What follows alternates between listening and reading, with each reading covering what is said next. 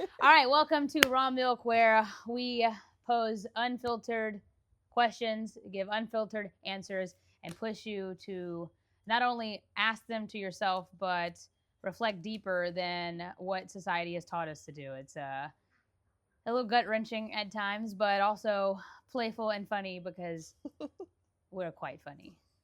We can So, be. ironically, the questions say to open up, to set the tone. And the first question is, if someone only knew the polished version of you, what's the part of your story they'd be shocked to learn? That's ridiculous to start the podcast. That's crazy because, like, where do I even. There's so many things that pop into my head, but I think the most, like, jarring for me is that I actually lived out of my vehicle for a few months in New Orleans. That is pretty crazy. It's pretty nuts. I don't know if I could do that. Yeah, no, it was rough, but yeah, I worked at Walgreens at the time, and I was living in Rain, and I just wanted out. So there was this apartment that wasn't going to be open for like another month and like 2 weeks. So I lived out of a truck, a cab, like just like a single cab vehicle. Well, now that we've established that you're crazy Yes, and absolutely. willing to do any of it, I think that pretty much sets the tone for like the questions you're gonna have. So Welcome to Raw Milk. buckle up. So the next question we have is, what season of life shaped you the most, and how did it change the way that you move now? Oof. That's also a really tough one because where the fuck do I start? I think the season that shaped me the most was having Liam, was like getting pregnant and realizing like, oh shit, like it's not fun and games anymore. I have to buckle down and be an actual functioning adult. So yeah, having to work 3 jobs just to keep, our own place at all costs. Like I wasn't gonna stop because I didn't want to just like live with someone or move back with my mom or my grandmother. Like that wasn't an option for me. So I think that like kind of set the tone for the like trajectory of my life. Is like just never. The people of Raw Milk watching right now have no idea that you were a single mom at one point, and you didn't just live a joy-filled life for your whole life. You actually had struggles, but Yeah. you make it look so great. So Tremendous they assume struggles. that it's been this way. Yeah, it hasn't always been this way. I was pretty lucky to meet someone that has given me a pretty comfortable life. But right before then, it had been pretty you didn't chaotic. just meet someone. You were someone that was inspiring, that worked hard. You didn't just magically stumble across anyone. You drew that to yourself. You're right. But that also took like that whole shaping part. Like I was a chaotic mess at one point in my life. I mean, I came from a very impoverished part of a city, just struggle after struggle, and I had to work to become the person that I wanted to meet, in the future. So it wasn't. You're right. I did have to become this version of myself that put me in the position to meet people that were better than me and that I wanted to be like and I wanted to be around. Well, speaking of, after all those things that you've been through, what's the moment that you can recall that you're the most proud of to date? Getting out of a toxic relationship with someone who only was with me for the benefit of themselves. There's a lot to benefit from.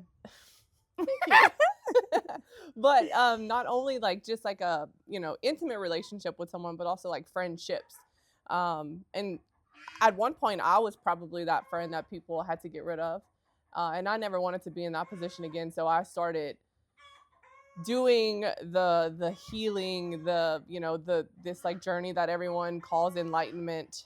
That is not all fun and games. It's hard. It's lonely. It pisses you off. It makes you realize like, wow, I was a shitty friend. Like I was a shitty person.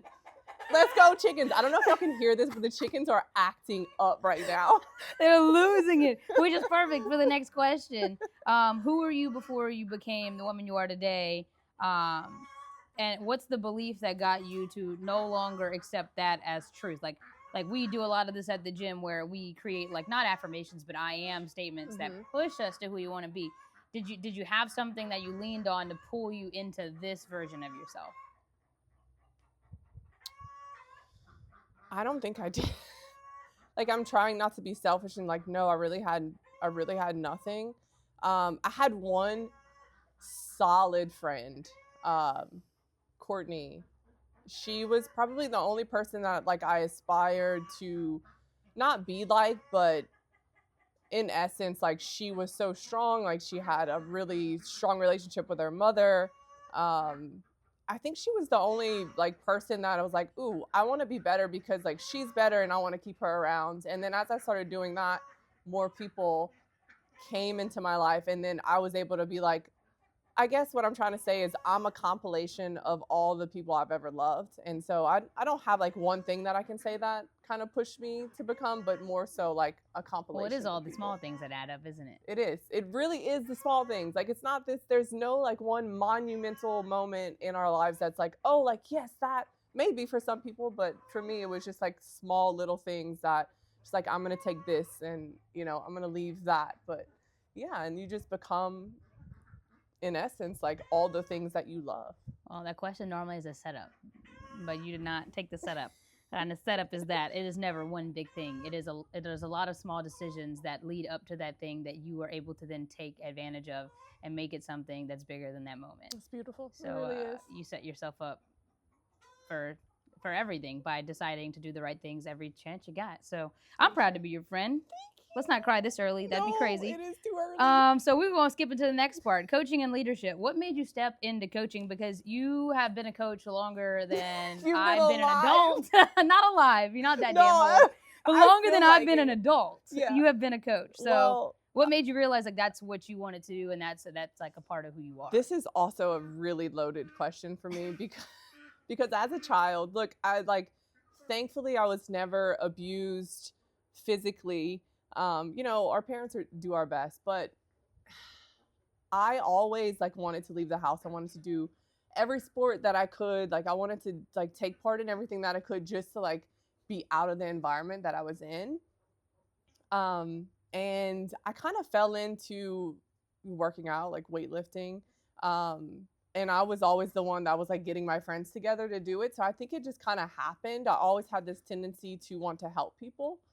I don't know where that came from. Maybe I wanted to be helped, but never had that opportunity. Right. I mean, don't get me wrong. There have people that have absolutely helped me in my life, but in a sense of like physical and mental, like wellness. So I think that was just my thing. Like I just loved movement. I loved the like laughter that came after the pain. Yeah, I don't know. And it just kind of stuck with me. Like I always like tried different things. I worked in insurance, like I worked in retail, but I always maintained like my physical well-being. And I always like had people asking me about like, hey, are you a trainer? Are you a coach? And I'd always be like, no, but I'll help you. And then eventually, I was working in insurance and I was working out at Anytime Fitness and I happened to clean up a mess that another member made.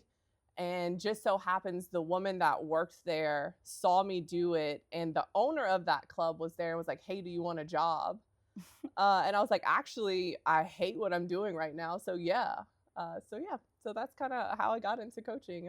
I started working at Anytime Fitness and then. What's crazy to think is that we became friends because I needed a job, but our bosses at different Anytimes hated each other. So I was trying to get a job through her. Yeah. Full circle, we become friends. She hires me as a coach, and then I won't leave her alone, and the rest is history. You plotted. Don't let her fool y'all. She plotted on me, made me. No, I'm joking. I'm not gonna. I did not plot on her, but I'll take the credit if she wants. I would work that hard for her. So. Oh my goodness. Okay, so but there is a misconception that everything about coaching is amazing. Being a coach, you're at the gym. It's easy to work out. It's easy to do the things. You have no excuses. You don't have the same life as us. You just don't get it. What's truly the hardest part about coaching? For me, it's that I always have to constantly explain, like, it doesn't make it easier. It doesn't make it easier because a lot of times it's a scapegoat for them. You wouldn't get it. But in fact, I think you get it more than anyone. Yeah. Because you're there all day and then you have to still decide to stay. Yeah. It's like imagine being at your job all day long and then having to stay there an extra hour and 45 minutes to do your own like personal thing. Like no one wants to stay at their job longer than they have to. And so whenever you run a business that just so happens to be something you're passionate about, it's still a chore to get out there and work out. Like, you guys have to drop this excuse and placing the blame on other people, because this shit is not easy. It's really not. But aside from that being a really hard part, like just grinding it out and doing your workout anyways, having a community of people that will say, no, you absolutely need to work out, I'm coming with you, don't leave. Thanks, Claire. Is very helpful. But the hardest thing about coaching is whenever your clients just ghost you, and like they literally, like, you care so much about these people. You, in our consultations, like, we get your full story. Like, we understand like truly why you walked in here. It's never just about, oh, I want to look fit. It's never that. Never. So whenever you build a relationship with clients and then all of a sudden you just don't hear from them again, like, you guys, that shit hurts. It like, that cuts deep for me. It is the worst, actually. That is the hardest part about coaching. Literally, our gym does completely fine, and Chelsea knows there's been times where I'm like, what if we just close it? Because this is so gut wrenching. Y'all have no idea the impact that you guys make on us. And so please, like, if there's anything ever going on, like, just say like, yo, this is not a good time. Like, we will help you one way or another. Yeah. So shit's tough. Oh, it is tough. Okay, so how has coaching forced you to confront your own weaknesses, if any? You're a very strong woman. Shit. Well, I will say whenever I owned my own gym, that was really hard. Like, you have helped me confront things that I, like you said the other day, I was like, I don't know, I'm like losing weight, but I don't get it. You're like, oh, it's because you've actually been really consistent.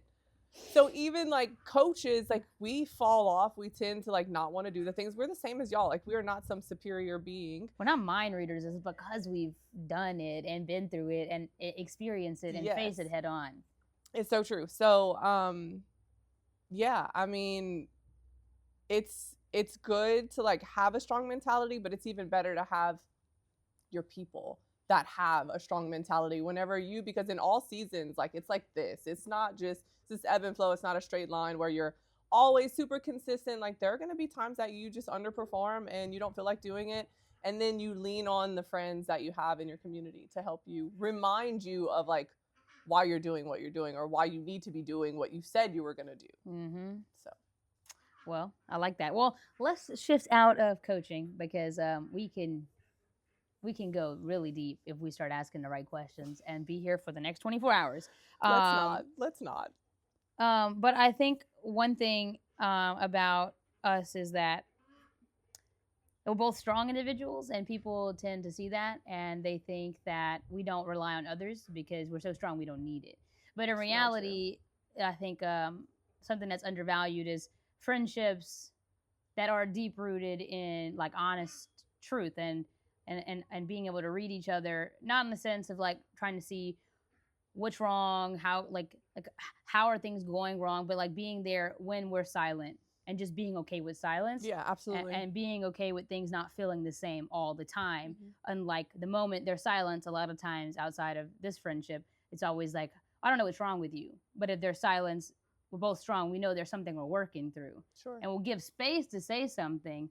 But that's a really hard thing to find. Do you have any insight on how people can develop those kinds of friendships with others? Because it took, I mean, I'm only 26. Yeah. I was very, very fortunate to have a friendship like this early, but I know you have a couple more, so. Yeah. There's really no like instructional manual to look at. It's just finding, like, you find your people. You just do. And and whenever you do find those people, like, it's okay to sit in that silence. And I'll only have, there's only 3 people that I can name, you being one of them, that knows that, like, yeah, we can like sit in a car and like drive a couple hours and not say a word. And that's like, that's so untrue. We do not sit silent ever. Okay, I wasn't talking about her, but she assumes she has like this thing where like she is actually my only friend. I am your only friend. No, I'm kidding.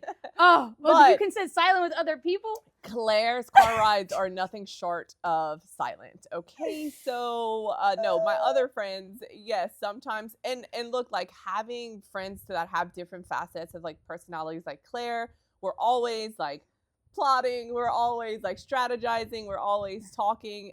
So there's different friends that I have so many different types of personalities. Maybe I should see a doctor. Yeah, I think you should for sure.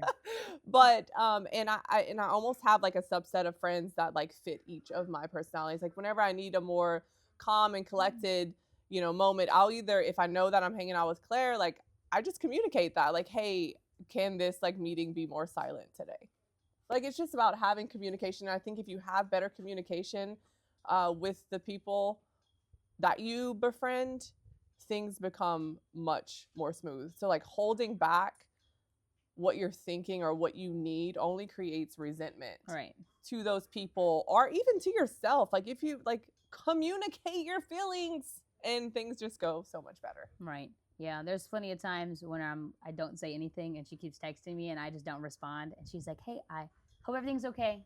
And then it takes me like, I don't know, 12 hours, 24, and I'm finally just at it. And she acts like nothing happened. But there's a lot of people that are very insecure. The moment you don't text them back, it's an issue. And it's really hard to develop friendships like that as an adult. Yeah, well, you said it. So insecurities, right? So if you're a friend that's insecure, that friendship's not going to go well for you because of your insecurities. Like you need to communicate better. Everything gets better with communication and accountability. And yeah, well, and that's a whole other side of it because I was never good at having someone hold me accountable in my younger years. Like 25, 26-year-old Chelsy, like I knew everything. And sometimes to a fault, like I still feel that way, but it's something that I've been working on, and having a friend who I know has my best interest in mind hold me accountable. It stings a little at first, but if you just sit with that for a fucking moment, like just shut up and don't react, don't emotionally respond, like just listen and be like, you know what? Thank you. I needed that. And I'm working on that. I'm gonna do better. So yeah. So I think you're the first friendship that I had outside of Courtney because she's really good at like constructive like feedback and criticism. I'm really good at criticism, not You're, constructive. Yes, no, you are very straightforward, but like I understand you because I was once there was a bit less refinement there, but it's beautiful in the way that you handle things, and I can appreciate it because that's how I've been my whole life. Just like I wish I could just say it and forget about people's feelings. Right. And the older I get, the more I'm like reverting back to that, but there is like so much power in just being direct and being very specific and leaving all the emotional, the dance that we do to like step around people's feelings. Like just say what you need to say and be like, look, I love you. Like this is coming from a good place. Like I love you. I want you to do better. That's it. I hope that's okay. And if it's not, then we're not meant to be. We were talking about this yesterday, me and Chacho, the pleasantry aspect of how are you? I am a firm believer in you should not be walking up to everyone and asking, how are you doing? If you don't have the space to accept a real, genuine answer, do not ask the question. Right. And so if I'm walking in a room and I say, hey, and get to the point, it's not because I don't care about you. It's because, quite frankly, I don't have the time to help you right now. We had something we agreed to do, to handle together. So we have an obligation to do that. Can we get it out the way? So then you'll get to the formalities. We'll get to that stuff. Yeah. Well, I don't understand formal stuff. It's not like you're in a court. It's not like you're somewhere special.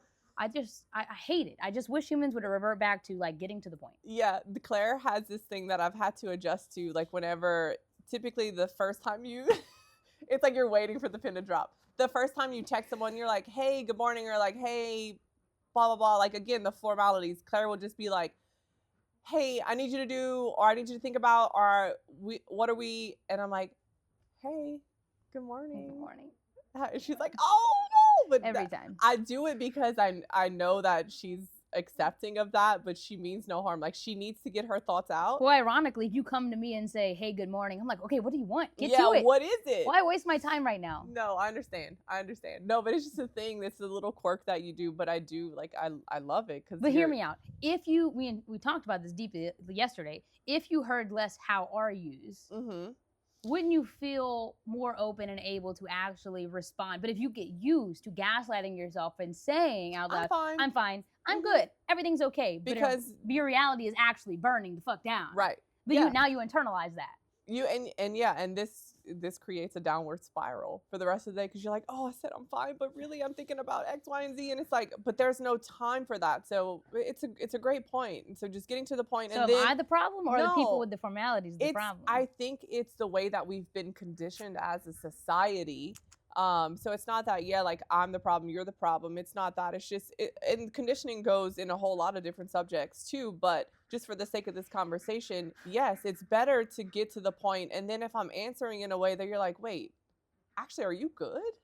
Because then now you're creating the space to have vulnerability around it. Whereas like the formality is of being like, hey, good to see you. How are you? But sometimes it ain't even good to see you. I'm literally talking to you for a reason I don't want to be talking to you about. Like, no, for real. I called the police jury yesterday. I'm not about to say, hey, how are you doing? Hope everything's well. I genuinely do not care right now. We have an issue together. Can we solve this issue? Can we take care of this? Then we can go to lunch if you want. So we'll talk about whatever you want. Conspiracies, aliens, I don't care. Speaking of, no. Next question. Do you believe that we were bioengineered? That's funny. Okay, no, but for real. You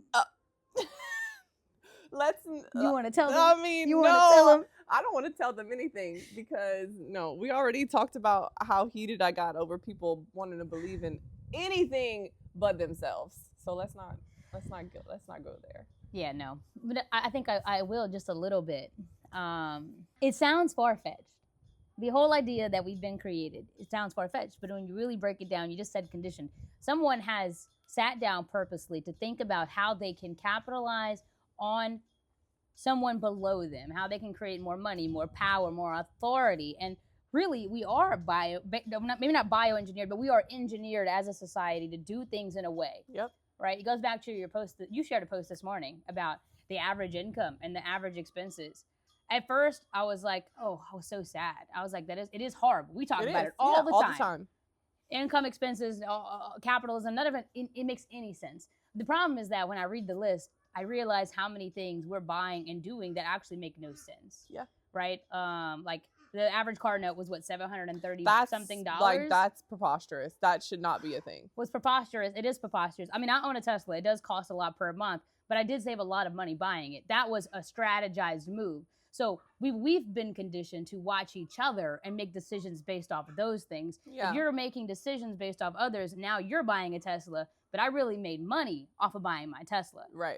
Put money back in my pocket and saved a bunch of tax dollars. But so it's a strategy. You see your friend with a new shiny car. You want a new shiny car too. Instead of just being happy for said friend, you want to go buy a new car that you can't afford. Exactly. Or they want a bigger house. They want a nicer house. They want the bigger thing, the nicer thing. Goes down to the simplest thing of a phone. You don't need a new phone every year. Mm-hmm. You don't need one unless it's your primary way of making money. Correct. And still then, if your budget doesn't allow for it, don't freaking buy it. Don't do it. Find an alternative route. Yeah. I mean, no, you said they said the average cost for a cell phone was $124. We pay $120 for four phone lines. Yeah. Yeah, and so, yeah, there are ways. There are ways to strategize and keep a lot of your money. And that post was just for the generalization because, yeah, everyone, like, that's just like the standard, the statistic, if you will. But there are ways to create avenues for more revenue to keep for yourself, like getting 17 chickens and 12 ducks. And so, I mean, there are ways to cut costs and there are ways around it, but you just have to realize as a society, we have been conditioned to want the shiny new phone every 6 months, to want the latest drop of Gymshark or the whatever clothes that you and your friends like to wear. Like, you truly don't need any of that. You would save a lot of money if you just take a look around and itemize the things that you actually use day to day. And if you haven't used them in the last 6 months, like, get rid of them, unless it's like obviously like winter, summer clothes, but sell it, get rid of it, make some money, put some money in your pocket, and find a different avenue if you are struggling. There are ways, and there are people that can help you, like living on a compound. Living on a compound. That's for episode 2. No. So conditioning, though, we've been conditioned. I mean, I was listening to something yesterday to even the things on social media are convincing us that it's one way or the other. It's this or that. And I think it keeps perpetuating the cycle of all or nothing. You have to do it this way or there's no way. So in that case, it's all a pattern. It's all a cycle. I have to have the nicest thing or nothing at all. I have to eat perfect or nothing at all. Might as well just go crazy. I have to sleep all or I have to sleep none. I have to stress all or I have to stress. There's a middle ground in all of these things. And when you start looking at it, I mean, you know this. They don't know this. the way you do one of those things is how you do all of them. If you're a perpetual spender on things you don't need, you're going to perpetually spend your energy on things you don't need. Oof. Clock that. Girl, because that is the truth. And we've been conditioned to do that because these phones, I love where the world's going some way, because the social media aspects allow people to generate extra revenue, different streams of income. But it's like, at what point do you allow yourself to be aware of the conditioning that's happening? Well, yeah, and then before you know it, we're going to look up and we're going to be old and wrinkly and wasted half of our life watching other people's memories instead of making our own. Okay, so we go back to the thing of, remember Jersey Shore? Oh, yeah. It was all YOLO city, YOLO. YOLO was literally a term created to make people do whatever they wanted in the moment. Why are we using YOLO the opposite way? You only live once. Why are we eating better, sleeping better, stressing better? Yep. Like, why are we doing this to ourselves? And it's because no one asks questions. Literally, it's the holidays. What's the one thing I get in an argument about around the holidays? We just did it. Spending fucking money on Christmas gifts. I was like, is it food? Spending money on Christmas gifts. We don't need more things. We do not need more things. We do not. We need more experiences. We need more memories, because like I said, we're going to look up one day and bam, our kids are going to be old and want nothing to do with us. And then they're going to perpetuate that cycle of staring at the phone at the dinner table, not having heartful, meaningful conversations. Yeah, it's a downward spiral. I fear for my children's life, and I try to do my best to be very intentional and in the moment, because I know that they're watching me act and behave a certain way. And if I behave a certain way, if I'm watching my phone while we're sitting at the dinner table or watching a movie and I'm constantly checking my phone, it gives them permission to do the same thing. So parents, you can't, complain about your kids being a jerk whenever you're actually the root cause. Sorry. No, I mean, just yesterday, this lady that I coach, she's a caregiver for her mom, and she's a single mom as well. And we had to talk. For a special needs child, too. We had to talk about how her level of care is reflected. Her level of care towards them is reflected in her level of care to herself. Ooh, I like that. Oh, I saw that on the whiteboard, actually. Mm-hmm, yeah, so you know what happened. And she was like, you're right. I think I just needed someone to show me and for me to see that. And that those moments only happen when you're vulnerable with others. Mm-hmm. When you're open about the shame and guilt you're experiencing and the things that are maybe causing those feelings that make you feel embarrassed. Because why are you consistently, perpetually choosing this? Because it is all a choice. Yeah. Every moment is a choice. And so without opening up, she would probably still be doing that for the next 5 years. But because she chose in one moment to be open, we got to spend time talking about it. When's the next time she would have done that? Who knows? Who knows? And so it's like, what is the benefit in living in your own comfort forever? Like, just what is the benefit of being like, I'm comfortable here. Meanwhile, you have all these swirling thoughts in your head, instead of just giving someone the opportunity to help you and allowing the vulnerability to come through and allowing yourself to embarrassment, all of that. That's such a natural feeling. I can't imagine going through life and being like, I never shared. Actually, there's a quote. Shared joy is twice the joy, and shared sadness is half the sadness. So it's like, why not give a person the opportunity to feel like, one, they helped you get through or move through a hard moment, and number two, it alleviates the inner turmoil that you have going on. Like, why not just be open? Yeah, we get a lot of shake back around the idea that the future you is created around awareness of who you are now. Sure. And visualizing a version of yourself that's better. It sounds impossible. Yeah, because it's like, how do I get there? But it's about reminding yourself every day of who you are and who you want to be. And you will close that gap by making better decisions, because it keeps you on that target. But a lot of people don't want to look at that because they're literally too full of shame and guilt to overcome that moment of just being aware and being present and pushing themselves to think about something that could be better. Because they go back to what is it? Someone told me yesterday, I just think about how far I should be. Yeah, well, where does that get you? I don't know. If people in their 50s and 60s, I just feel bad because of how far I should be. So you're gonna prevent the next 30 years of your life from being great because the last 50 you haven't given it your all. So you're just never gonna give it your all. It's alarming like how many of us in our society, in our community, like have this self-degradation like issue. Like it's always a, woe is me, like, oh, like I suck, or I'm not good enough, or why can't I, do this or that. And like, how do you think we get people from that point to moving into believing in themselves and being able to have vulnerable conversations? How do you, like, what do you think, how do we bridge that gap? Because we try, I feel like we are constantly preaching that, but do you feel like we're successful? I feel like in our gym and our coaching, it happens. But how do you do that on a larger scale? Where, because our whole goal in the gym is like our mission is to create a ripple effect through our community that goes beyond just Lafayette, that goes beyond Acadiana, and hopefully beyond us and this lifetime right now. Generation, but the real question is, how do you make that happen faster so there's less pain coming from lack of vulnerability? And I think it all starts, I personally think, with getting back to the hard stuff, with sacrifice and suffering. Me and Damon talked about it. Chop wood, carry water. There's a certain level of sacrifice there and suffering that comes along with it, with the blood and with the sweat, with the tears of having to fight for your life, literally down to tooth and nail, because you don't have a convenience stores, you don't have running water, you don't.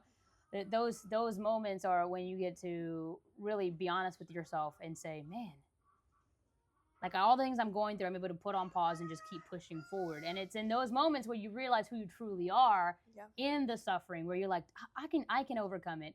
Yeah, this conversation reminds me of a quote that I have said time and time again from a dear friend of mine. Not only is this pain necessary, but an opportunity. Mm-hmm. I cannot tell you how many times I've repeated this quote after he said it, and it has just resonated with me, and it's so full of truth. A lot of us, our personalities are built off of the struggle, like off of pain. And it's, although like sometimes it's unfortunate that we have to go through it, but oh my gosh, this, like the beauty that you can create outside of like that hardship and doing shit that it sucks in the moment, like working out. Like we don't always love to do it, but we know what's on the other side of that. Living pain-free, being able to help our friends move, couches and refrigerators like it's nothing, being able to have the mental capacity to hold space for other people. There's so many benefits on the other side of that pain. Now, working out, that's just one very simple example, but gosh, yeah, if people would just learn to see the benefit in the struggle. I mean, yeah, I think that was well put. When you said there's beauty in it, I was like, I was literally saying it. There's beauty in pain. Sometimes we live in each other's head. Rent free. All day. But I tell people all the time, you get a choice between right now, you get the convenience, you get the choice, you get the option to do whatever you want. Go to the store, get the meal you want, choose the type of exercise you want to do. Go back if you want to be able to do whatever you want. Have the privilege of eating whatever you want, the pizza, the pasta, the bread. Convenience. I tell you this all the time. If you want to be able to have all that stuff, have the privilege of doing it, go back thousands of years. And you had to make it all yourself, acquire it all yourself, do the hard work to heat that chop the wood, to heat the stove. Yeah, convenience. It'd be way different. Yeah. Would you still want that pizza? Would you still want that pasta? No. Not that any of those things are bad, because I eat all of them, but you wouldn't be able to do them more than once a year. Yeah. Most people couldn't. Yeah, no, most people couldn't. Yeah, convenience. I've said this multiple times. Convenience has killed us as a society. Well, how do you think we turn back from that? They're having these conversations. Oh. That's step one, right? Just like talking about it, because most people are not aware that it's even an issue. Cut the power lines. Like DoorDash, bro. Speaking of saving money, like people in their DoorDash, like, okay. Have I used DoorDash? Absolutely. Should it be like allowed? I don't think it should be allowed. Like, go to the freaking grocery store. If you cannot leave your house and go to the grocery store, and convenience is killing us, not only like in like our finances, but just as a species. Like, we need to be able to get out and do the hard things, or collect or harvest I think getting back to the source of like who we are as a species will allow us to connect more and to Yeah. realize like, wow, like we have it really fucking easy. People complain about everything so often. I'm like, we have it. Well, I don't know if conversations are enough. I really think like people need a detox from all the quick swipes, all the quick instant Oof. ability to get anything and everything that you want at the touch of a button. You want it, you order it off Amazon. You want it, get it from DoorDash. It's literally going to take a detox from the social media, the quick fixes, and how quickly you can come and go with friends too with social media. All those things keep perpetuating the same damn cycle of, well, who cares? I'll get it again. In reality, I have lost a friendship or two that were amazing just because of different choices, different life circumstances, whatever it was. One time it was my own failure of being a shitty friend. And guess what? That sits with you forever. Yep. So the idea of that swipe, making a new swipe, making a new purchase, finding a brand new friend is going to make you whole, make you better. It is freaking temporary. It's temporary. And then 5 or 10 years past of that delusion, you're going to remember and regret the feelings that you're losing out on because you couldn't face your goddamn truth. It's so true. And so many people go through that and wonder why. Whoa, it's me because so friend left me. But it's truly, it's just because, you didn't right your wrongs to begin with. So that's just your karma coming back around and trying to teach you the same lesson will show up with different faces time and time again until you learn your lesson, until you correct your pattern, until you recognize that sometimes we are the shitty person, the shitty friend, the shitty mother, the shitty wife, whatever. Until we look ourselves in the mirror, like that same lesson will continue to find us. Okay, so you've read a lot of books around the topic of like awareness, vulnerability, coaching, which kind of can bring all the things together. What's one of your top recommended books for someone trying to create a life that is centered around I have the choice in everything? Damn. I always want to say awareness, but awareness is for someone who is already kind of like in that journey because it will make you isolate yourself and will make you realize that like truly you could do it alone. Yep. What book would I say? Man, this one's hard. The Story of B is really good by Daniel Quinn. It's actually a 3-part book, but you can read them in any order. Ishmael, Story of B. I forget the last one. Shucks. That's a good one. There's another one that's on the tip of my tongue. Do you have any while I think about? There's always one book I recommend every single time. You hear me say it a bunch of times. Daring Greatly by Brene Brown. I remember the moment I read it. I was on a plane, bawling my eyes out because it was literally like November, December 2019 on a plane to New York, and I am bawling next to some stranger. Yeah. Bawling. I had to close it, reopen it. Didn't even really finish it. I had to reread it on the way back, but I am bawling because I realized I am the issue, and it's just a book full of lessons you're not taught if you did not have healthy role models and parents, and I did not really know any. Yeah. I cannot put my finger on any that were permanent people in my life. And so that book was eye-opening. If you're willing to accept truth, that's the book you need to read. Yeah, and that's my struggle. Like a lot of my books have I've already accepted, I'm willing to be vulnerable with myself. So I started reading that one, but then I realized I was just kind of burnt out on self-help books at the time.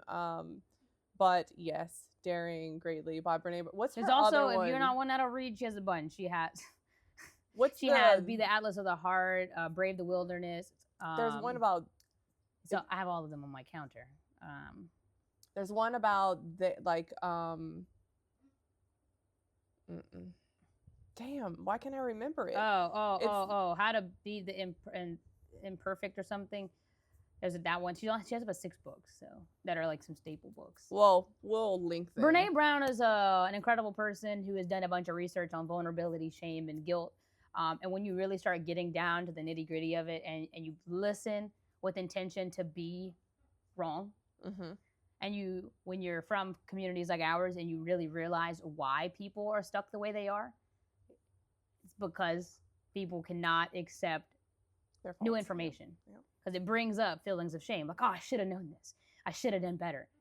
And they internalize that, and then they bring up anger and frustration around it because they should have known better. And instead of being open and honest, like, I had no idea, because you're 50 years old and don't know how to be aware of your own decision making and even the small stuff, and that can bring up a lot of shame.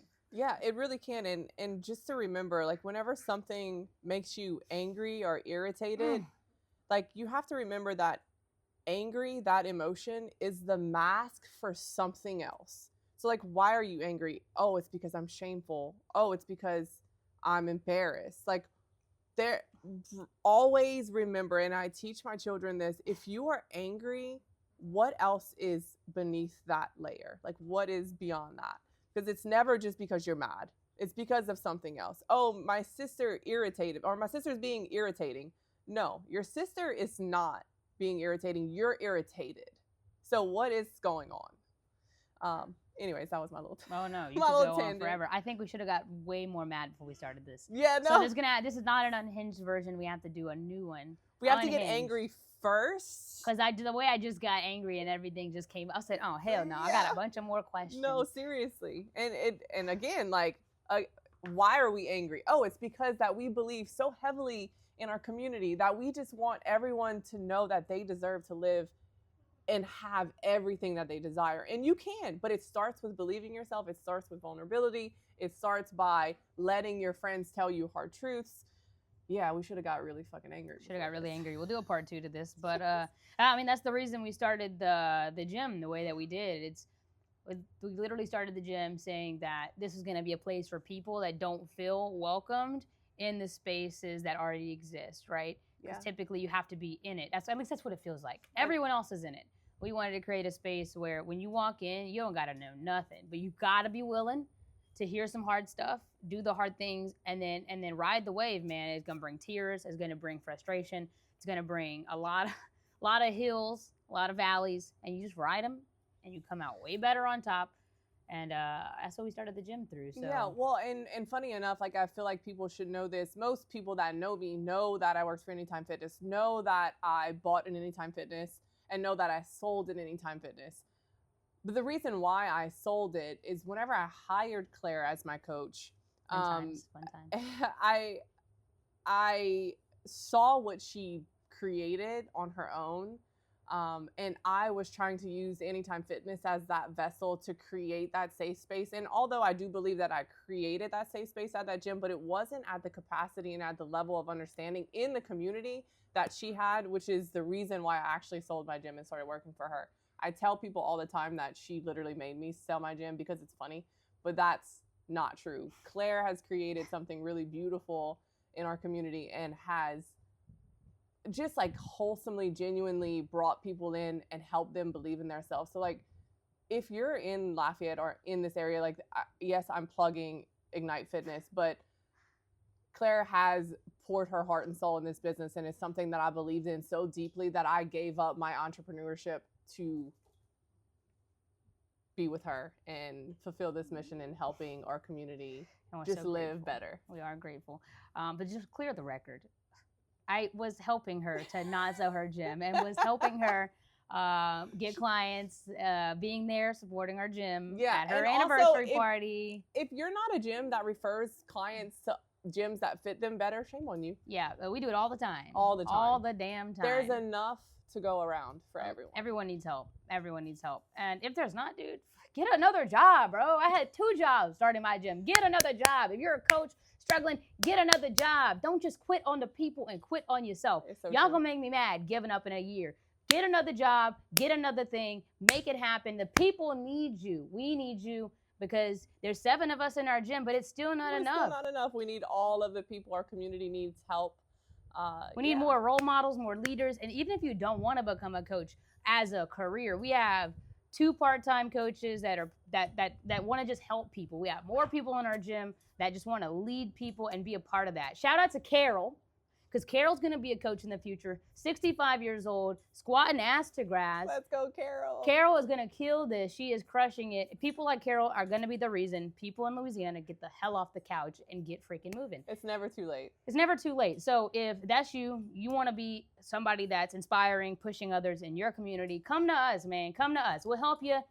I mean, we got all of our coaches. We help them do anything. You want to start your own gym. You want to go somewhere else.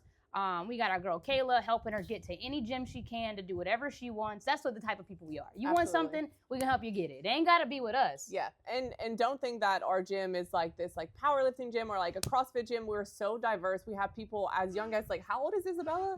She's 16, but she started at 14. Yeah, so like we have 12-year-olds. Yeah, as young as 12-year-olds to 72-year-olds. 70 plus. I mean, we can truly help anyone in any capacity. And you'll be with people that are outlifting you, but it's so inspirational to see like, oh, I'm gonna move through that and get there. Like, this place is for everyone. Well, we didn't mean to plug Ignite Fitness. That wasn't on purpose. We really came here to talk about aliens, but we got sidetracked by greatness. That is Chelsy. There's so many more things to say about Chelsy. You don't have to say anymore. I don't know if I can take much more. You can take more. Chelsy is a mom of 2, but she's a lot more than that. A lot of times moms just say, I'm a mom. No, you guys are a lot more than that. You're superheroes. You carry the baby, at least one. If you're a mom, you got at least one, because that's crazy. You're a mom. I don't know. That's you got crazy. a lot of You children. got to have a child. But to me, every mom got 7 kids. To me, every mom got 7 kids, because when I babysit that one kid that's in that house, I feel like I got 7 around me. So I don't care how many you got. 1, 17. You are crazy. So we look up to you. I look up to you. And yeah, so take care of our moms. Y'all gonna piss me off taking advantage of them. Don't piss her off. Don't piss me off, because you know what? I'm gonna leave it for part 2, because the amount of things I got to go off about it is a lot. Let me save it. But okay, cool. So what's one thing you refuse to shrink? Ooh. Because of anyone else? What's one thing you refuse to shrink about yourself? I mean, I was gonna say, just myself. So long I tried to okay, people pleasers out there, they ain't never gonna be happy. Just stop. Seriously. But one thing I learned about my people pleasing tendencies, it's actually just a label for the amount of love that I have to give other people. So I refuse, because it could be taken the wrong way. I refuse to stop loving in the capacity that I have for other people, because people think that I have an ulterior motive around that. I don't. I love people because I want to love people and because I have so much love to give, and I will never minimize that, because people are like, oh, why is she being so nice? So why is she being so caring? No, it's literally because you deserve love, and I have so much love to give. Why would I minimize that? Right. So yeah, I think that's about the only thing that I can think of. And just myself, I always try to, I'm a large lady. I'm tall, I'm strong. I used to, go in the corner and be like, oh, I don't want to intimidate or bother anyone. No, I'm not intimidated or intimidating. I am not intimidating. You are intimidated. Mm-hmm. So I no longer subscribe to that. I'm gonna ask this question because I have a pretty good answer for myself. What's the strongest lesson you've learned through our friendship? Because we've been friends for just about a little over 3 years now. Yeah. What is something I learned? Mm-hmm. A lesson you learned through being friends? There's so many. You got to pick one, because I got one. And I think everyone needs to hear it, so I want you to have one. That you got some good stuff in there. I wanna be really thoughtful in answering this question, because I have grown so much because of your friendship. But I think the biggest thing that jumps out at me is my ability to just say what needs to be said instead of doing that dance. My ability to just be direct without worrying about, are their feelings going to be hurt? Because I know that I love them. I know that they know that I love them. So just say what you have to say and then deal with the rest afterwards. I think that is one of the things, loving so fiercely that it might hurt, but know that the intention behind whatever is being said is from love. It's also their responsibility to let you know how they feel, let you know how it came across to them, because I mean, the English language is very complicated, and so my definition of words is very different than yours. It's my job to communicate to you how they made me feel. Yes. And so you can't carry that burden for other people. Yeah, and I guess that's what I'm trying to say. Like, I've learned to kind of let that be the last thing that I worry about. Like, deal with that later and just kind of, you know, reaffirm, like, no, I meant this. I love when you tell me when you're upset, because I get to call and be like, I didn't want to make you sad. That's only happened once in like 3 years, and I hope it never happens again. I'll be panicking over the phone. Yeah. I didn't mean to do that. You're so cute. No, I wasn't really upset. No. But it just goes to show the you, thought, like, though, of making your friends upset, then hurting their feelings, intentional or not, should strike a nerve with you. It should evoke a response. Yes. Yeah, it should be, screw them. It should invoke a call. It should invoke a text. It should not just roll it off your shoulder and pretend like it didn't happen. Or deal with it later. So, I return the question to you. What is something that you've learned from our friendship? So I'm not a vengeful person by any means.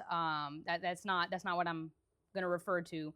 But I've learned that whether I hurt someone or they're hurt by something else, how they're reacting to that hurt should never dictate how I show up and love them. Because there's a lot of times where you're taught to read body language, right? I'm reading their body language and I'm internalizing that hurt. And whether it's from me or not, it almost would make me feel like I had to be distant or over love them and over give and try to like almost wrap them in my love to make them feel better. But you taught me I can't rush someone's healing. I can't rush someone's process. So just love them the way I normally would and allow them the space to communicate, allow them the space to get through it. And through that, if it was me, I have to just act like I didn't do anything until they tell me. I can't internalize and try to break it down for them and shove it down their throat, because I'm an overthinker, because I internalize and I talk about it and I talk about it rough. And so it doesn't make anything better. And so, yeah, being your friend taught me a whole lot about how to deal with shaping my love when someone else is hurt. Because I love to fix people. Not like fixing, but I want them to feel whole again, because they didn't deserve that. Yeah. Whether from me or not. Well, that felt like a warm hug, because there's so many. I always feel like this relationship sometimes is one-sided, because even at your ripe age of, you know, in your late 20s, it's so crazy. Late 20s. I'm a whole decade. Well, you're 27. 26. Yeah? 26. I'm a whole decade older than this woman, and I have learned more in our 3 years of friendships than almost any of my friends. So I'm glad to know that you have kind of picked up some things from me, because for sure. that makes me feel nice. For sure. Yeah. I just try not to make the same mistakes repeatedly like most people. I take accountability and move forward. You do that very well. Oh yeah, the only way to lose in life is to literally not accept fault. Even when it's not your fault. Again, try to find fault. Try to find the fault, because without someone being at fault, it's just going to keep happening. Oh yeah, if you keep placing the blame on this person and that person, yeah, the cycle continues. Yeah, so I learned a lot from you. But if I had to attribute like the thing where you're like, it seems like I'm so wise, it's I don't think it's because I am. It's just because I refuse to let things be. Right. And I refuse just to put it under the rug and pretend like it's not there. Everything I encounter, I confront, whether it's inside myself and I write about it, or it's to my friends. I talk a lot to my friends. And sometimes they probably think I'm crazy, because I'll say something that I don't necessarily know yet, and it sounds rough and it sounds like I believe it. And then 2 hours later, I'm like, actually, I really love that stuff. It's because you have to get through all the stuff about it before you make your mind up. Like people just walk though through life like having this much information and then base their opinions so strongly, and they never let it go because someone else told them to believe it. What you need, honey? Yeah. What you need? We're done though. We can. That's all right. It's Mariah. She's coming on in. You got something to say? No. Oh, we have a visitor, Mariah Blanchard. Well, we're just wrapping up. We talked about everything like we normally do. I have no idea. Well, Mariah, let's ask you. We'll post it soon. You've been friends with both of us for a while. Right. Hold on. Let me pull up a seat. Yeah. I mean, I'll pull up a seat. Oh, I'm just kidding. actually, we got each a knee. All right. We got each a knee. You can We'll ask sit a on. pretty strong question. We'll ask a pretty strong question. Me and Chelsea just answered. Basically, what's the biggest lesson we've learned since being friends? And so you've been friends with both of us. Mm-hmm. What's the biggest lesson you learned in your time of being around? I mean, I'm not trying to put words in your mouth, but we are very strong people. Y'all are very strong people. I would say the biggest lesson I've learned that's still hitting me hard. Oof. Don't cry. She literally said, "Y'all ain't gonna make me cry." Not even a minute in, crying. Love it. Would be that I'm just gonna be triggered. Oh! Because why you not wrong? Oh, No, keep going. You're good. I hey, heard y'all. you. Because why you not wrong? Why you What? not wrong? Yeah, I think that's the biggest lesson. Because there's a lot of lessons I feel I've learned between both of you, separate and together. But yeah, I say that I'm gonna be uncomfortable in life. We just finished talking about vulnerability and being Yeah. uncomfortable. What's Yeah. that book you just read recently? Mhm. We talked about it already. Daring greatly. Yeah. You better dare greatly before you open that book. That thing literally said, what did it say? I had to stop reading and text Claire. It said shame. I used to believe shame was a 2-person job until I realized it was only. Now I could do me. it all by myself. Yup. I said, close the book.